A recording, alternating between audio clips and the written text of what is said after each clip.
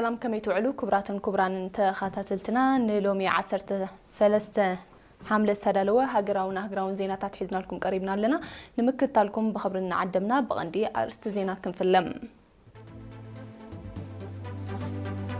بريزيدنت إيسياس بمغنيات عرفتي أمير قطر نبر الشيخ حامد بن خليفة آل ثاني نحازن ملخت سديدوم.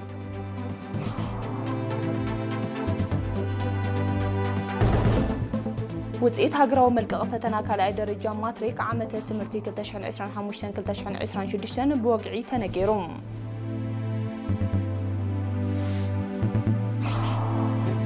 منيستر حرشا هاجراو بوليسي قطصر مغبين من معبال زعلمه عوده زته ابسمرا وديبوم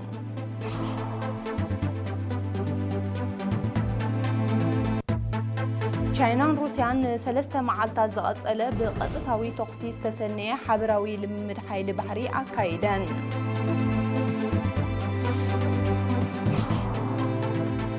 استاد حدثيسو كاب حزبي افغانستان بسنكي قطتاوي زي مرغغا انا حدغا طميت تقالعو تباهيلوم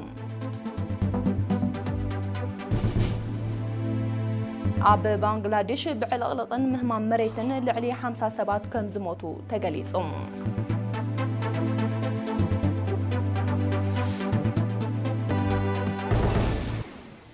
زرزر زينام بريزيدنت إيسياس أفوركي بمغنيات عرفتي أمير قطر نبر الشيخ حامد بن خليفة آل ثاني نحازن ملخت سديدوم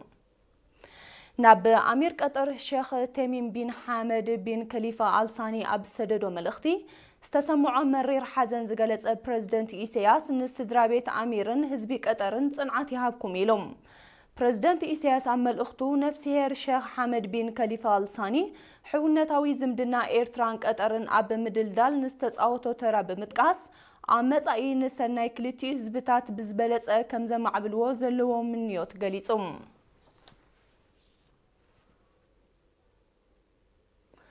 وتسيت هاجراوي ملقق فتنا كالاي درجه ماتريك عامه تمرتي 2025 2026 بوقعي تنقيرو وكل إيرينا موسى كيدان نزل أخذ صبصب داناي تسفازجي كتقربيا وتسيت هاجراوي ملقق فتنا كالاي درجه ماتريك عامه تمرتي 2025 تمال 12 حمله بوقع تنقيرو اب هاجراوي انستيتيوت لعلواي تمرتن مرمرن دايركتور ماكل فتنا دكتور بسرات قبروني ارينا ابزهابو تحابريتا فتنا كابز وسدو 21561 تمهارو اتوم 4831 مالت 22.4 نديغرن دبلومان كم زحالفو بصوتا كرئن كلو دما تقرارابي كم زخونه غليصام ابزينا 2026 فتنا استمزغبو تمهارو 21803 كونو خلو كابزياتهم 21561 تمهارو مالت 98.9 يوم تساتيفهم بهاجر درجة جن نديجرن دبلوما زحلفوا تمهارو 4830 يوم زي أمكا 22.4 كابتم تمهاريهم مسناي 25 ساساتفو تمهارو خوارا در كله تم ساساتفو تمهارو 24 9 كلتن تمهارو يميرهم تبحلاف جن 19 نتبي شمونت 200 نيرو استزناي لبزبن محلاف برسنت كابتن عامي قرب زل علي مالتيو زحالفو تمهارو هاجراوي انستيتيوت لعلواي تمرتن مرمرن بزوصو ممرحي مسرت نناب زملكتهم كوليج كم زخدو بمحبار ناي كوليج امهاهران اكايدان كابتناي كالاي درجه زتفلي سلازخونه بغبو كدالولون بزلعله كصعرون تلابيام زحالفو تمهارو كمتي ناي زحالفه عماوتي ناب زملكتهم كوليجات يم كخدو كوليجات زاتو تمهارو بتي هاجراوي انستيتيوت لعلو تكالات تمرتن مرمرن زوصو ممرحي ناغباباتنيو تمهارون بكوليجات اتيوم نتجمروا صعري خصلون تجميرو مو زلو عوتات دما نابزل على مدرك كبرخون لابو كل كزي كم تنبلو صعري عوتي كم زبحال كصعرون كزيهم كتقامولون امزغيبو مو زلو عوت كقصلون كم زلوم كان زخاخروم ابلعلوت كالات مرتي زلو امهاهرانا كايدان كابتناي قدامين كالاين درجه تمرتي سفلي سلازخوني كدالولون كبدهون أون اللوم دكتور بسرات أسعبا أبز فتنا زي تعوتو داغماينا مفتان عدلهم كفوت سلازخونه تسفاخي قرصو كصنعن كدالون أزخاخيرا هاجراوي ملقاي فتنا كال اي درجه مالت ماتريك نعمه تمرتي 2025 كاب 16 كساب 22 مغابيت اوشت هاجر كمون اب جدان رياضن سعوديا بتقلالا اب 17 نقطات توهيبهم كاب تفتنتي اتم 89.3 مئتاويت بسرعه كمهارو زحاجيو 10.7 مئتاويت دما داغما يستفتونو كوينهم لعلي 48 مئتاويت دق انستيو نيرن ሚኒስትር ሕርሻ ምስ ዓለማዊ ውድብ መግብን ሕርሻን ብምውህሃድ ሃገራዊ ፖሊሲ ቁጥጥር መግቢን ምምዕባል ዝዓለመ ዓውደ ዘተ ብ10 ሐምለ ኣብ ኣስመራ ኣቃኒዑም ኣብ ሚኒስትር ሕርሻ ዋና ዳይሬክተር ክፍሊ ኣገልግሎት ሕጋጋትን ቁጥጥርን ኣቶ ተኽለ ኣብ ምስግናብ ዘስምዖ መኽፈቲ ቃል እቲ ዓውደ ዘተ መቐጸልታን እምነ ኩርናዕን ናይቲ ኣብ ዝሓለፈ ዓመታት ክካየድ ዝጸንሐ ንኩሎም ጉዳይ ድሕነትን ቁጥጥር መግብን ዝምልከቶም ኣካላት ኣወሃሂድካ ሃገራዊ ፖሊሲ ቁጥጥር መግቢ ንምድንፋዕ ዓሊሙ ከም እተወደበ ሓቢሩ እዚ ምስ ዓለማዊ ውድብ መግብን ሕርሻን ከምኡውን ምስ ሃገራውያንን ኣማኸርቲ ተወሃሂድካ ዝንደፍ ዘሎ ፖሊሲ ናብ ሃገራዊ ሕጊ መግቢ ዝመርሕ ምዃኑ ኣቶ ተኽለ ኣብ ወሲኹ ገሊጹ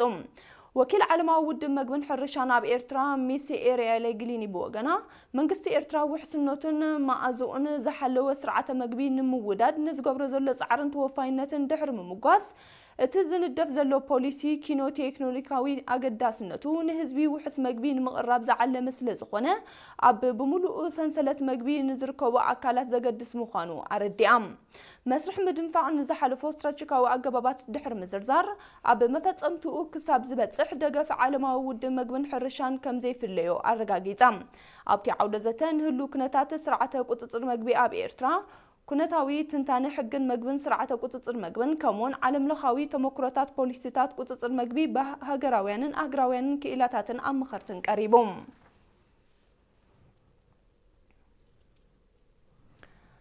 ፌስቲቫል ኤርትራውያን ነበርቲ ጀርመን ብ11-12 ሐምለ ኣብ ኦፊንሃም ፍራንክፈርት ብውዕቡዕ ሃገራዊ መንፈስ ተኻይዱ ካብቲ ቦታ ዝበፅሐና ትሕዝቶ ብመልክዕ ፀብጻብ ተዋሂዱሎ አንጎሶም ተኽለወይኒ ከቅርቦ እዩ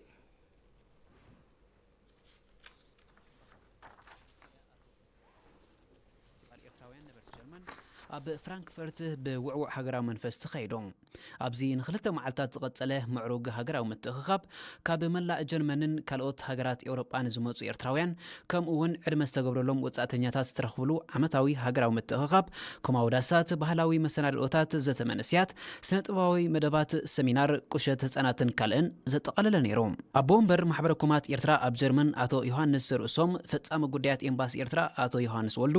ሓላፊ ህዝባውን ኮማውን ጉዳያት ኣቶ ጣዕማ ሃይለ ከምኡውን ኣቦ ወንበር ሽማግለ በዓላት ኣቶ ሓድሽ ጎይትኦም ኣብ ዘስምዕዎ ቃል ነተራ ፌስቲቫል ኣብ ጥምረት ዜጋታትን ምድልዳል ሃገራዊ ሓድነትን መኹስኳስን ምዕቃብን ባህልን መንነትን ከምኡውን ምውራስ ታሪኽን ተሳትፎ ዜጋታት ኣብ ሃገራዊ መደባትን ገሊፆም ንሳቶም ኣስዒቦም ንዓወት ናይዚ ፌስቲቫል ኣበርክቶን ዝገበሩ ዜጋታት ብሓፈሻ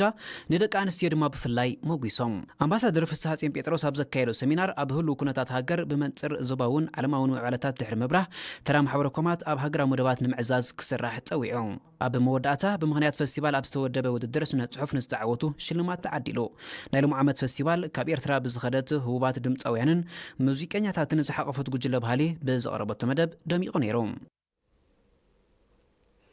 ኣብ ዞባጋሽ ባርካ ስርዓተ ሓበሬታን ኣገባብ ምምዝጋብ ሰነዳትን ንምጽፋፍ ዝካየድ ጻዕሪ ንምዕዋት ብዓውደ ጂኦግራፊያዊ ሓበሬታ GIS ክስልጥኑ ዝጸንሑ 28 ሰራሕተኛታት መንግስቲ ብ10 ሐምለ ኣብ ዳሮንቱ ተመሪቖም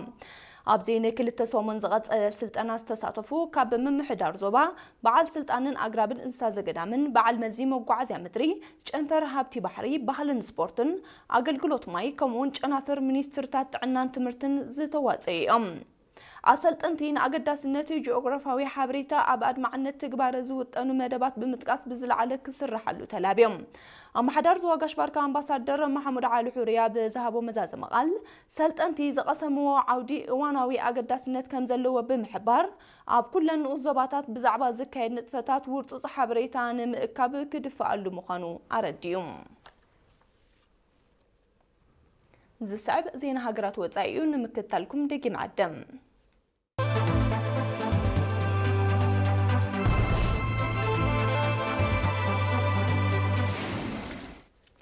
ኣብ ዜናታት ወጻኢ ህዝባዊት ሪፓብሊክ ቻይናን ሩስያን ንሰለስተ መዓልታት ዝቐጸለ ብቐጥታዊ ተኹሲ ዝተሰነየ ሓበራዊ ልምምድ ሓይሊ ባሕሪ ኣካይደን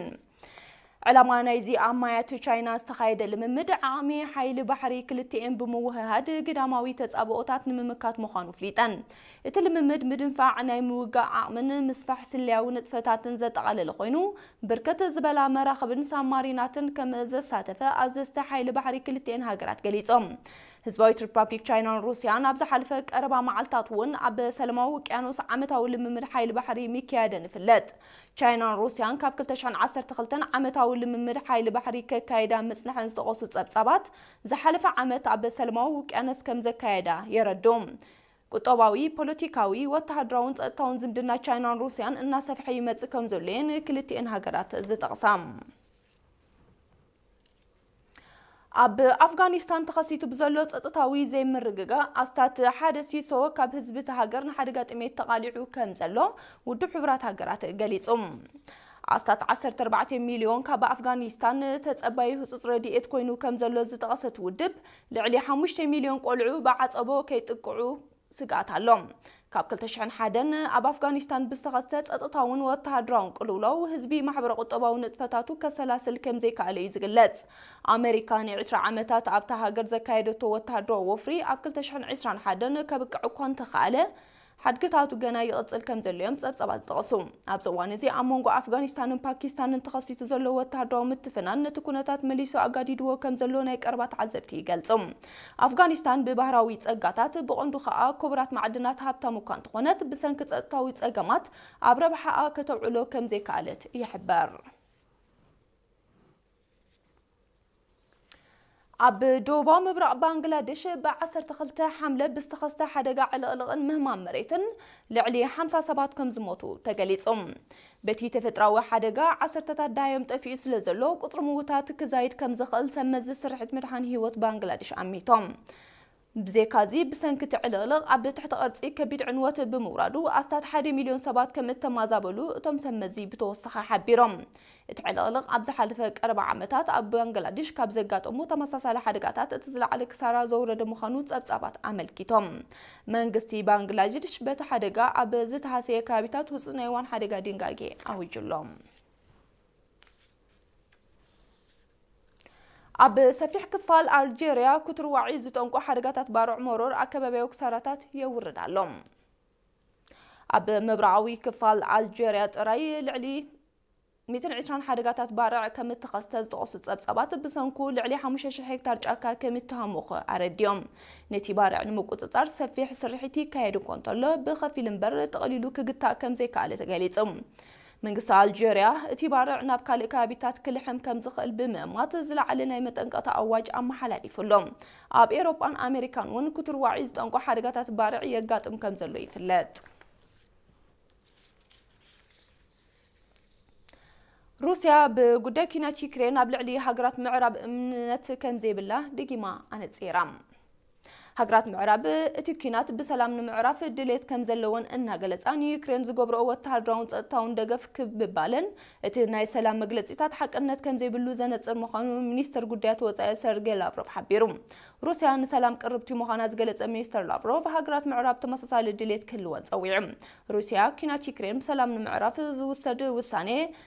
ቀንዲ ጠንቂ ናይቲ ኩናት ብምንጻር ክጅመርያ ብተደጋጋሚ ክትዘኻኸር ጸኒሓ ምስሕፋ ሃገራት ምዕራብ ብቐንዱ ድማ ኪዳን ሰሜን ኣትላንቲክ ኔቶ ቀንዲ ጠንቂ ናይቲ ኣብ ፈለማ ወርሒ ለካቲት 2022 ዝተወልዐ ኩናት ምዃኑ ይሕበር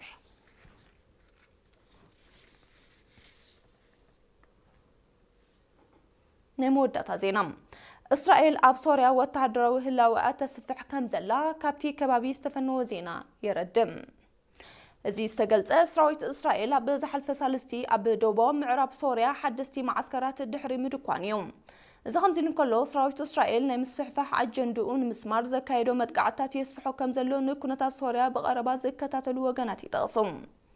إسرائيل أب سوريا أو وفيرات زلا قصر سراويت بلكعقا أنت زي تفلت بأشحات كم زجمت قريت كاس تهاجر أب كل تشريع 24 أب سوريا نستفترة ناي سلطان هاقف تتكيما وتحضر لوا كم زسبحت سبسبات يردوم إسرائيل سراويت أب سوريا ليبانوسن وشمت كازان سيوسن الجزء كعسكر مخانو عبد حلفك 4 ساعات حبيرة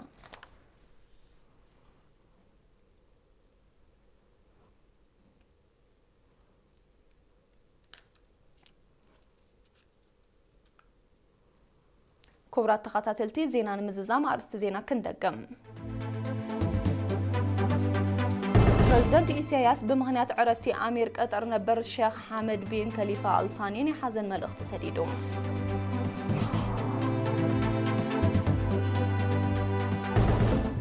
وتيت هاجراو ملك أفتنا كلا درجة ماتريك عمت تمرت كلتشان 25 كلتشان 26 بوقعي تنكيرو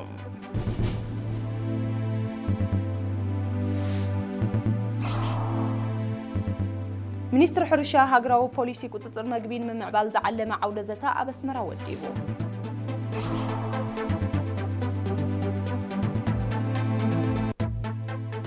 شاينون روسيان سلسة معلتا زاءت ألا بغطتها والتخصيص تسنية حبراو لممد حيل بحري أكايدا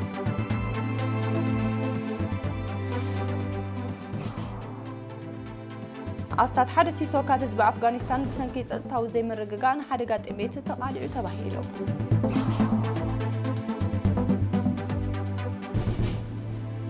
أب بنغلاديش بعد ألغن مهما مريتن لعلي 5 سبات كم زموتو تقليصهم